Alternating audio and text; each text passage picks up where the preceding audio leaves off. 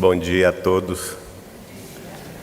Nós estamos aqui agradecendo o convite, o honroso convite para participarmos neste seminário sobre a mediunidade e física quântica.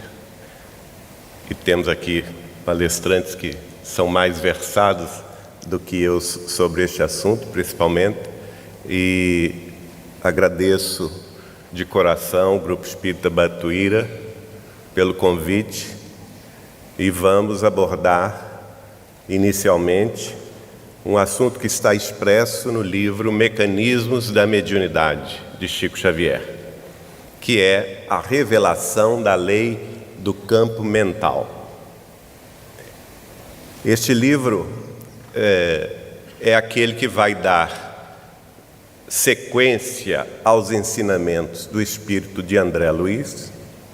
Certa feita, conversando com Chico Xavier a respeito, notando as diferenças, inclusive de linguagem, entre um livro e outro, perguntei a ele se André Luiz era de fato o autor único e exclusivo daquelas revelações que foram iniciadas com o livro Nosso Lar.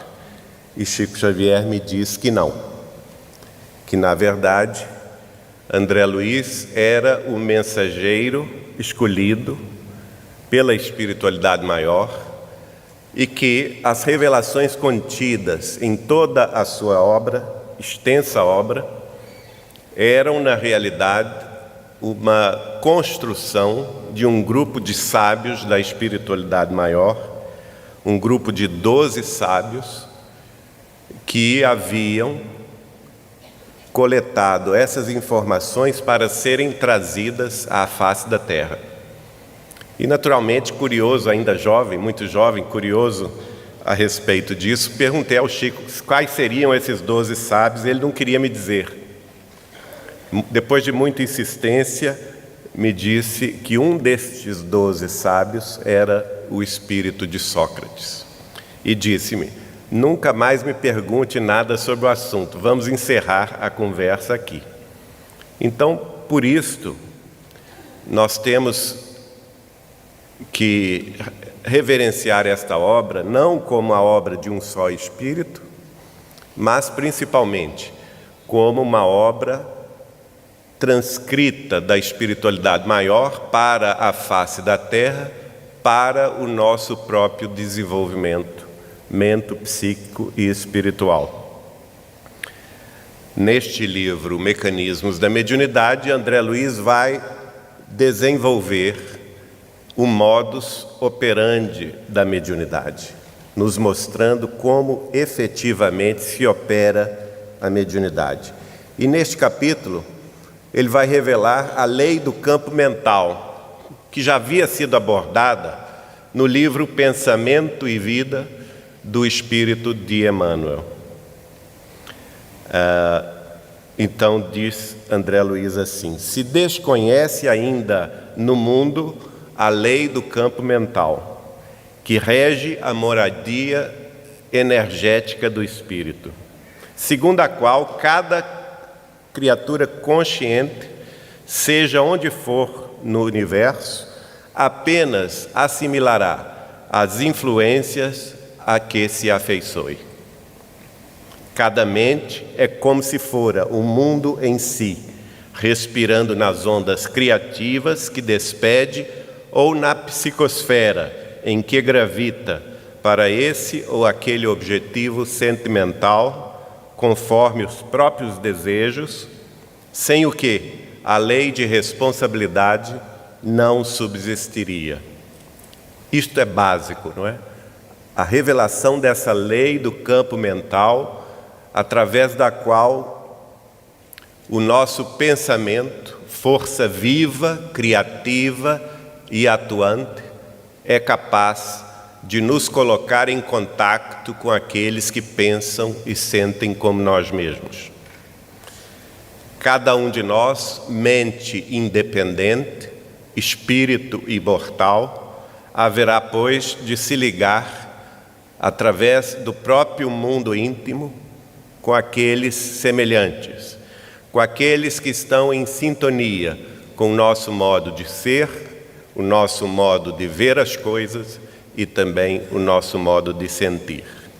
É assim que vamos gravitando emocionalmente e sentimentalmente junto àqueles que são os nossos afins, nossa família espiritual, nossa família mental, conforme, naturalmente, a escolha dos nossos próprios desejos, vamos estar em sintonia com os nossos semelhantes. E a partir daí, André Luiz vai dizer: um médium, ainda mesmo nas mais altas situações da amnésia cerebral, do ponto de vista fisiológico, não está inconsciente de todo na faixa da realidade espiritual e agirá sempre, nunca à feição de um autômato perfeito, mas na posição de uma consciência limitada, ilimitada, às possibilidades próprias e às disposições da própria vontade. Então, isso é muito importante, porque mesmo no caso do fenômeno mediúnico inconsciente, a personalidade mediúnica, o medianeiro, estará sempre responsável diante do fenômeno, trazendo para a colaboração do intercâmbio o seu próprio mundo íntimo, o mundo sentimental e o mundo mental. Seus pensamentos e sentimentos agem assim como base a partir da qual os espíritos irão se manifestar. Impossível, assim, nós considerarmos que exista algum médium autômato. Isto é impossível. De toda forma, ele estará partícipe, coparticipando do fenômeno da mediunidade, não existindo, portanto, a questão de amnésia total. Ainda que persista, que exista a amnésia cerebral, ela é eminentemente corporal, restrita, portanto, ao corpo físico. E na personalidade profunda, que é o espírito, especialmente o espírito afastado do corpo, através do fenômeno do desdobramento, o médium participará, portanto, do fenômeno conscientemente. Dentro dessas explicações, vamos ver no livro a parte que diz respeito, portanto, aos fenômenos intelectuais. Dentre eles, podemos classificar, por exemplo, a psicografia, sobre a qual falaremos à tarde, e os fenômenos de psicofonia, clarividência e audiência. Inicialmente, André Luiz vai falar sobre as situações cotidianas, as ocorrências cotidianas. E ele diz assim: imagine o homem moderno buscando o jornal da manhã e procurando o setor do noticiário com que mais se sintonize. Se os negócios materiais lhe definem o campo de interesses imediatos, assimilará automaticamente todos os assuntos comerciais, emitindo oscilações condicionadas aos pregões e avisos divulgados. Então, notem bem, está a falar André Luiz de um negociante, de um homem moderno, ligado às questões dos pregões, das bolsas de valores ou dos valores imobiliários, não importa. Qual seja o setor da sua atuação, cada um deles, ou como cada um de nós, vai abrir o jornal pela manhã, ou mesmo a internet, pelo computador, e escolher livre e espontaneamente os assuntos de sua preferência. E ao fazê-lo, cada um de nós vai entrar naturalmente em contato mental com aqueles seres encarnados e desencarnados, que estejam dentro do mesmo patamar de pensamentos. Prossegue André Luiz. Fará, então, raciocínios sobre o melhor modo de obter os lucros possíveis e, se necessita a cooperação de alguém, buscará na pessoa de um parente ou afeiçoado que se lhe partilhe as visões da vida. A questão, portanto, de sintonia prossegue com a divisão do assunto com aqueles semelhantes. Como diz aqui, o negociante vai buscar alguém que lhe partilhe as visões acerca do negócio. O sócio potencial de aventura ouvirá as alegações e, mecanicamente, absorverá os pensamentos, passando a incorporá-los na onda que lhe seja própria, mentalizando os problemas e as realizações previstos. A mesma sintonia se vai estabelecer, portanto, com o sócio potencial. Suponhamos, agora, um outro exemplo dado por André Luiz. Suponhamos que o leitor se decida pelos fatos da vida policial. Avidamente procurará os fatos mais lamentáveis e escolherá os mais impressionantes aos próprios olhos, para nele concentrar a própria atenção. Começará ele exteriorizando na onda mental característica os quadros terrificantes que lhe nascem do cérebro, plasmando a sua própria versão dos fatos ao redor, então, dos acontecidos.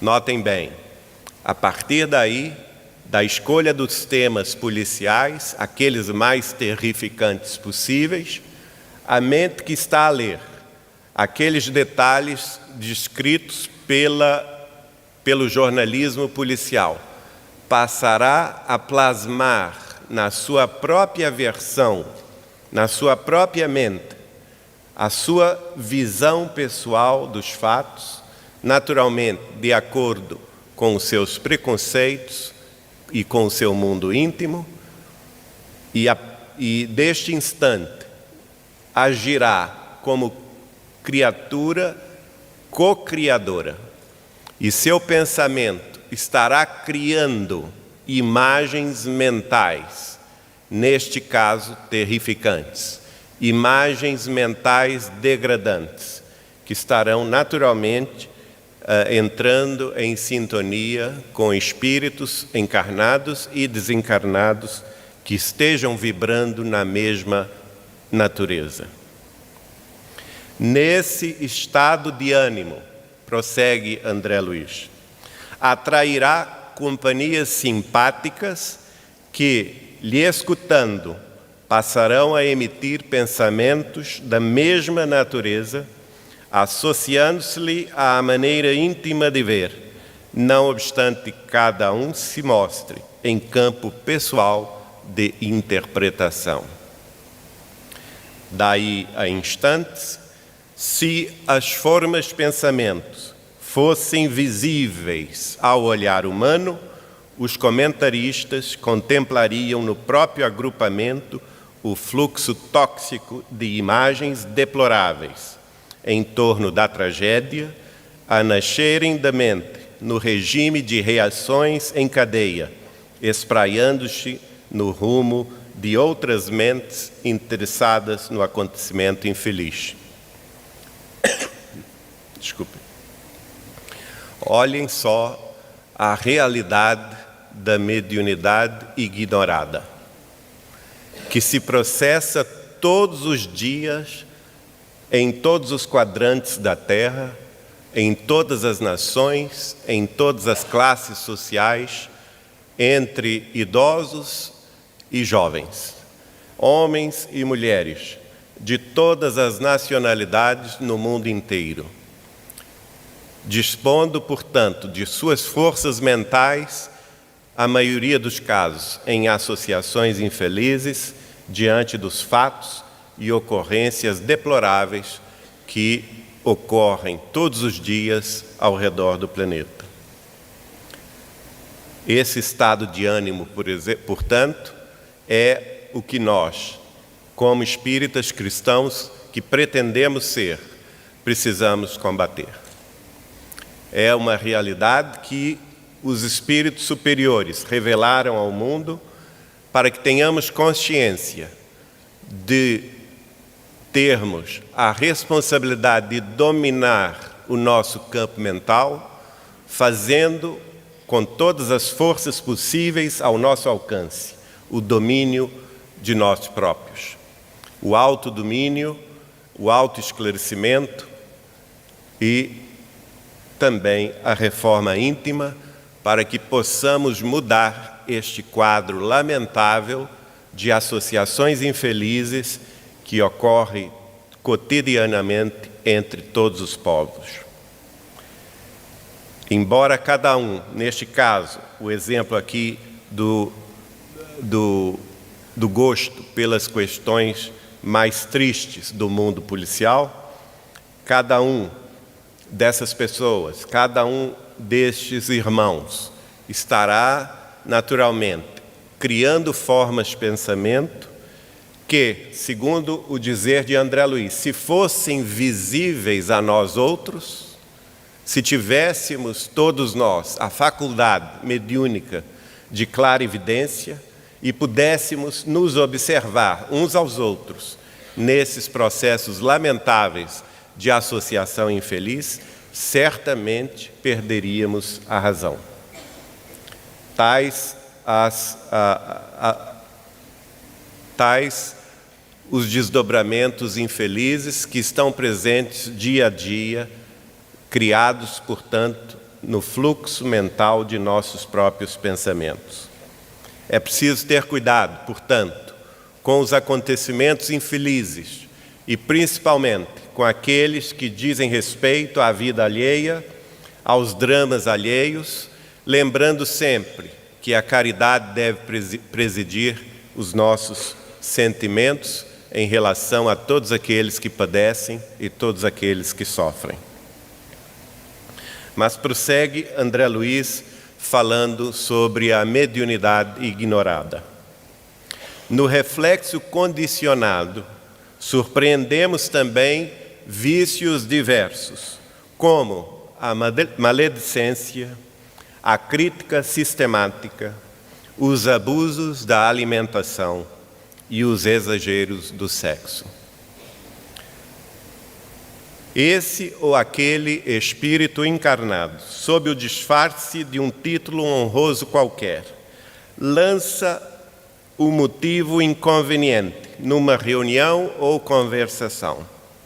E todos os que aderem ao assunto passam a lançar oscilações mentais no plano menos digno que lhes diga respeito, plasmando formas de pensamentos estranhas, do qual cada um se retira, experimentando excitação de natureza inferior à caça de presa para os apetites que manifeste.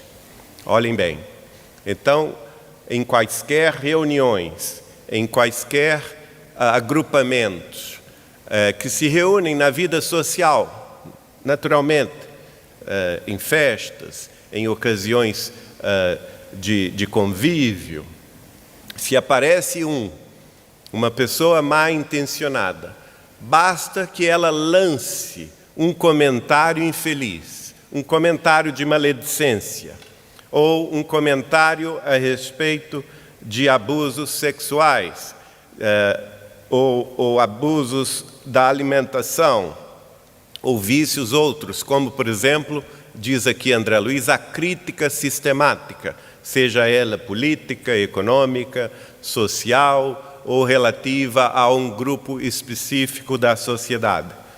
Lança-se a ideia infeliz.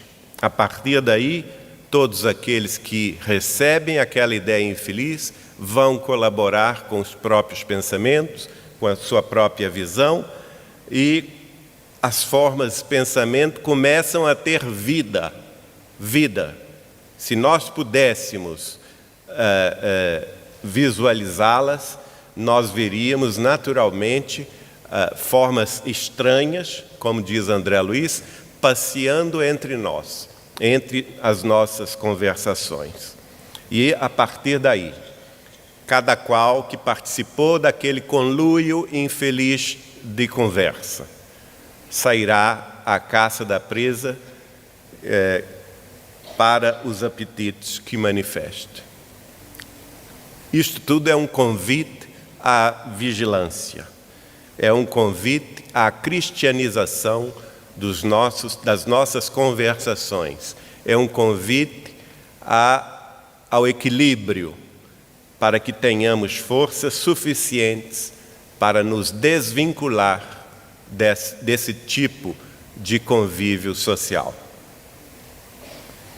A partir da mediunidade ignorada, e nós podemos dizer com certeza que 99,9% da humanidade está dentro do que André Luiz falou até aqui. Está dentro da prática sistemática da mediunidade ignorada.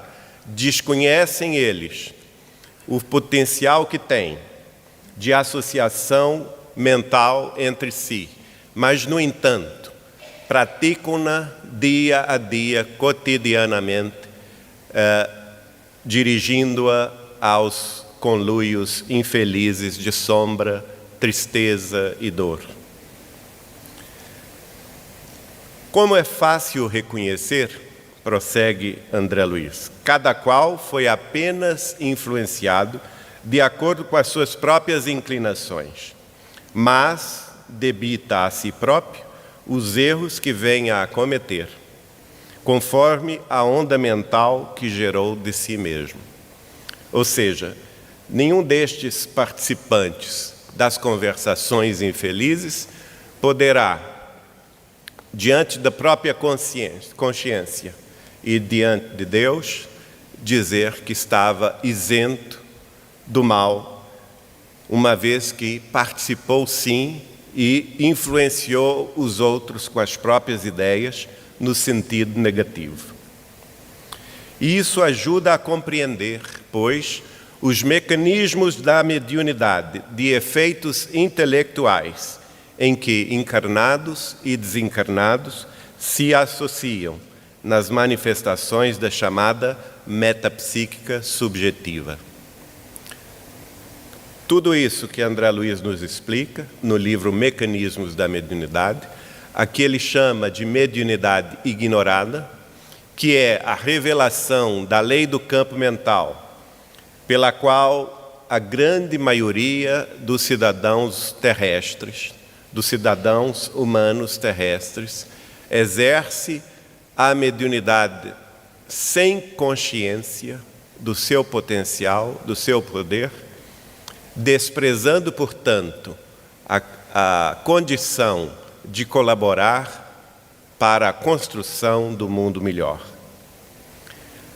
A nós, espíritas cristãos, cabe-nos uma responsabilidade, talvez inglória, tendo em vista que somos, no próprio dizer de Chico Xavier, a minoria muito mini da humanidade, mas que tem ao seu dispor uma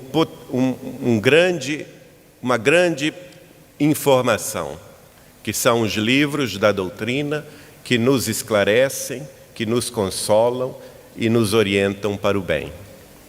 Somente pela mediunidade de Chico Xavier até hoje, já foram publicados 503 livros. 503 livros. Todos de esclarecimentos imprescindíveis para que possamos nos afinizar com as revelações espirituais de ordem superior, a fim de que cada um de nós se afaste deste tipo de mediunidade ignorada, com a qual perdemos forças, perdemos tempo, desaproveitando a oportunidade de viver em sintonia com as leis maiores. É, portanto, imprescindível que conheçamos a mediunidade e a direcionemos para o bem e para a verdade. A fraternidade pura, o amor, a alegria de viver, a bênção de respeitar os outros, de conviver em harmonia, na paz de espírito, de colaborar na construção de um mundo mais justo, mais digno e mais fraterno. Tudo isto é convite que a doutrina dos Espíritos nos faz pelo Evangelho renovado de compreensão maior, que é o Consolador, a nos fazer lembrar de tudo quanto Jesus nos disse há 2000 anos, como também nos esclarecendo fatos e ocorrências da vida cotidiana sobre um outro ponto de vista, o ponto de vista espírita cristão, aquele que leva em consideração que todos somos espíritos imortais, que haveremos de deixar os corpos físicos na campa, transpor-nos aos séculos vindouros, progredindo e evoluindo sempre.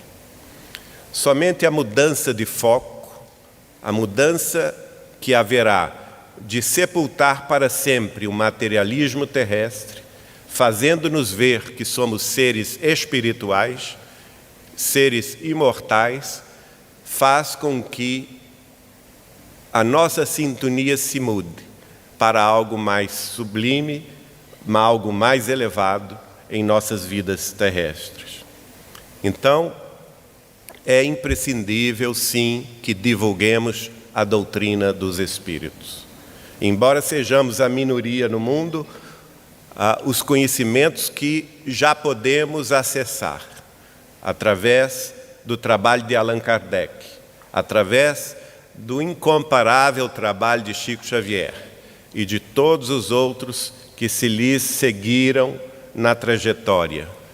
Temos, portanto, um verdadeiro tesouro a nos convidar ao conhecimento mais sublime, ao conhecimento mais real de nossa situação como homens e mulheres terrestres. Diz André Luiz, em todos os continentes podemos encontrar milhões de pessoas em tarefas dignas ou menos dignas, mais destacadamente os expositores e artistas da palavra na tribuna e no lápis, como veículos mais constantemente acessíveis ao pensamento, auxiliados por espíritos desencarnados, atendendo a determinadas obras ou influenciando pessoas para fins superiores ou inferiores, em largos processos da mediunidade ignorada. Então, a mediunidade de efeitos intelectuais não está presente somente nos centros espíritas. Está aqui conosco, nas tarefas do bem, mas também está com aqueles que estão na vida normal, cotidiana, especialmente aqueles que estão nas tribunas, expondo suas ideias, os artistas também, não é? Como divulgadores de seus conhecimentos. Então é muito importante sabermos a que vem o companheiro. Imaginemos que certa pessoa se disponha a disciplinar as energias medianímicas. Aí vamos tratar, portanto, da mediunidade disciplinada, segundo os moldes morais da doutrina dos Espíritos. Admitida ao círculo da atividade espiritual, recolherá ela na oração o reflexo condicionado específico para exteriorizar as oscilações mentais próprias no rumo da entidade desencarnada que mais de perto lhe comungue as ideias. Então, para disciplinarmos, portanto, esse potencial mediúnico, a primeira recomendação é que nos unamos pela oração, buscando o reflexo condicionado da prece, para que possamos elevar o nosso padrão vibratório especialmente elevarmos o pensamento. Nos serviços de intercâmbio, experimentará período de vacilações e de dúvidas, pois, morando no centro das próprias emanações e recolhendo a influenciação do plano espiritual, a princípio supõe que as ondas mentais alheias, incorporadas ao campo de seu espírito, não sejam mais que pensamentos arrojados do próprio cérebro. Natural a dúvida no início da mediunidade. É uma questão comum. O próprio Allan Kardec já dizia isso no Livro dos Médiuns, e a obra de Chico Xavier, especialmente de André Luiz, vai nos mostrar que é absolutamente natural as vacilações do início da prática mediúnica. Justamente porque o médium, nesta hora, não sabe ainda discernir se os pensamentos que está tendo nascem-lhe do cérebro, do seu próprio espírito, ou se vêm dos espíritos amigos. Portanto, é natural a fase das vacilações no início da mediunidade. Na sua consciência, de acordo com a lei do campo mental que especifica obrigações para cada ser guindado à luz da razão, se tortura o médium perguntando se não deve interromper o chamado desenvolvimento mediúnico, já que não consegue discernir as ideias que lhe pertencem das ideias que pertencem a outrem, sem aperceber-se que ele próprio é um espírito responsável com o dever de resguardar a própria vida mental e de enriquecê-la com valores mais elevados pela aquisição de virtude e conhecimento. O médium, portanto, é chamado a estudar. Não se entende em doutrina espírita o médium que não quer estudar. É imprescindível o estudo da mediunidade, e não somente esse, é imprescindível que o médium também aprimore os próprios conhecimentos culturais, para que ele possa, enfim, dar aos espíritos comunicantes mais material com que trabalhar. À tarde vamos ver o processo, principalmente o processo da psicografia, como se dá. Se então o médium consegue transpor a faixa de hesitações, que é absolutamente natural no início da mediunidade, entendendo que importa, acima de tudo, o bem a fazer, procura ofertar a reta conduta no reflexo condicionado específico da prece à espiritualidade superior e passa então a ser objeto da confiança de benfeitores desencarnados que lhe aproveitam então as capacidades no amparo aos semelhantes, dentro do qual assimila o amparo a si mesmo. Então é importantíssimo vencermos como médiuns a fase inicial de hesitações e vacilações, sempre conscientes de que devemos sim estudar e nos aperfeiçoar no campo do conhecimento e, principalmente, termos em foco o bem a fazer. O médium que tem em foco o bem a fazer pode perfeitamente superar todas as inibições e colaborar na construção de um mundo melhor. A partir daí é que ele atrai para si a simpatia de benfeitores espirituais. Normalmente o que acontece? Os médiuns estão de braços cruzados, esperando que os benfeitores espirituais se materializem e peçam pelo amor de Deus para ele trabalhar. Não é assim que se processa o fenômeno, não é? Nós temos que, primeiro, disciplinar a nossa mediunidade através do estudo e da prática sistemática dentro das casas espíritas e, principalmente, dentro do amor ao próximo, que é o foco principal do bem a fazer, nossa obrigação moral e espiritual diante de nosso Senhor Jesus Cristo, para que, a partir do momento que vencermos as hesitações do início, nossas forças medianímicas estarão disponíveis, atraindo, sim, a atenção de benfeitores espirituais que farão conosco, se aproximarão de nós, fazendo conosco uma tarefa em nome de Deus. Quanto mais se acentuem o aperfeiçoamento e a abnegação, a cultura e o desinteresse, mais se sutilizam os pensamentos e, com isso, mais se aguçam as percepções mediúnicas que se elevam à maior demonstração de serviço de acordo com as suas disposições individuais. Então, essas pré-condições são importantíssimas. Quanto mais se acentuem o quê? Aí estão as condições pelas quais os benfeitores espirituais esperam que nós coloquemos na tarefa. O aperfeiçoamento moral do indivíduo, a abnegação, a dedicação sem reservas, a cultura, portanto, o estudo e o interesse pela cultura, e o desinteresse material, desinteresse de poder, desinteresse de fama ou de projeção pessoal. Para quê?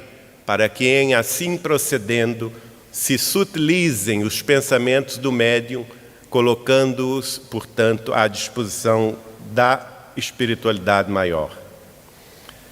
Assim ocorre a passividade mediúnica de ordem maior.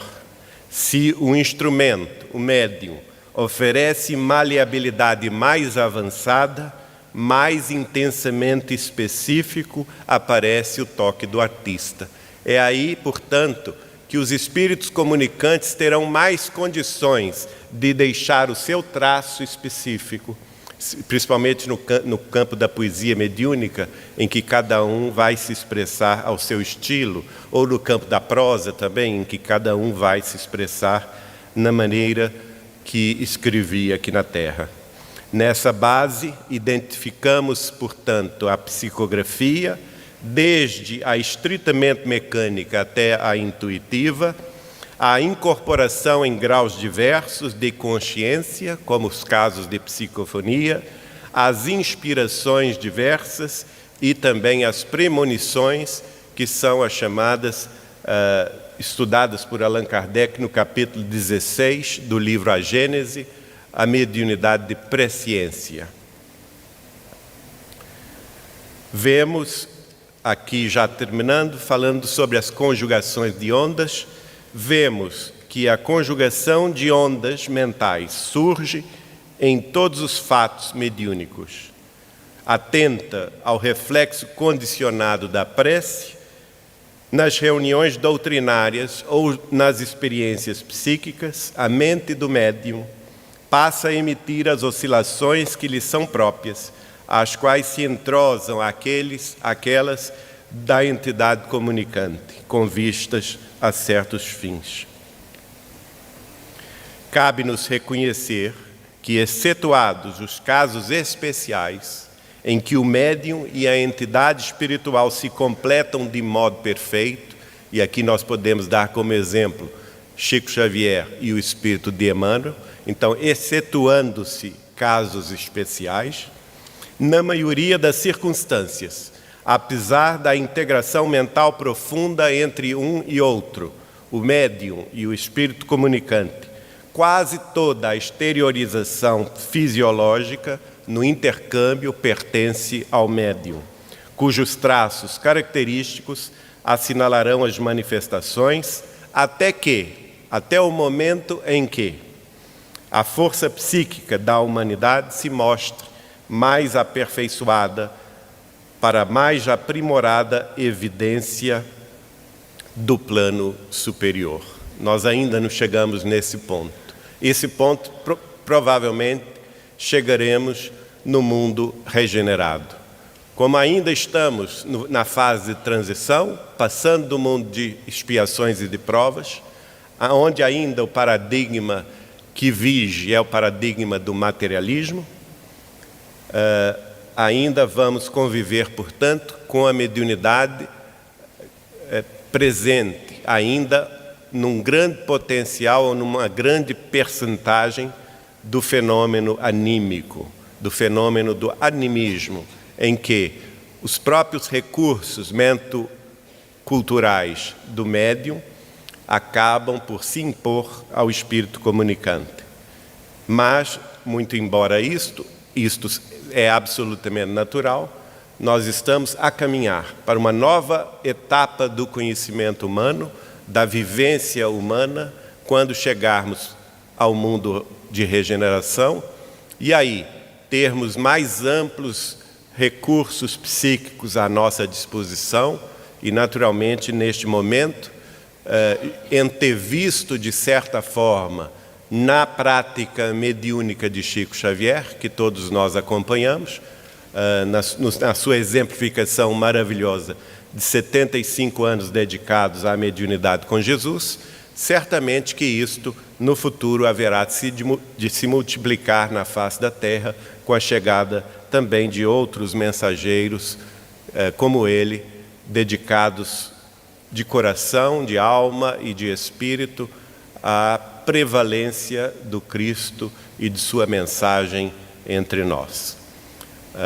Na parte da tarde continuaremos dando detalhes sobre o fenômeno, o modus operandi da psicografia. Muito obrigado.